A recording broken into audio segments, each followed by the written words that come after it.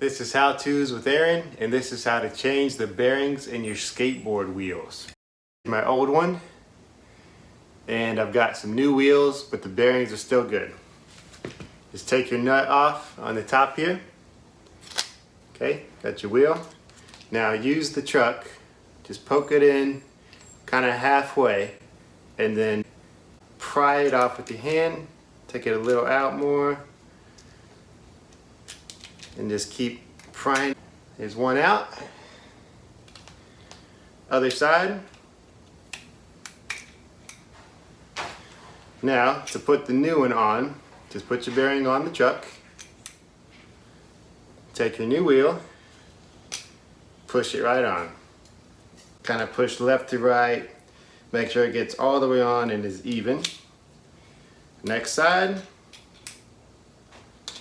Same thing. Then just put your nut back on and you're ready to ride. That's how I do it. Be blessed.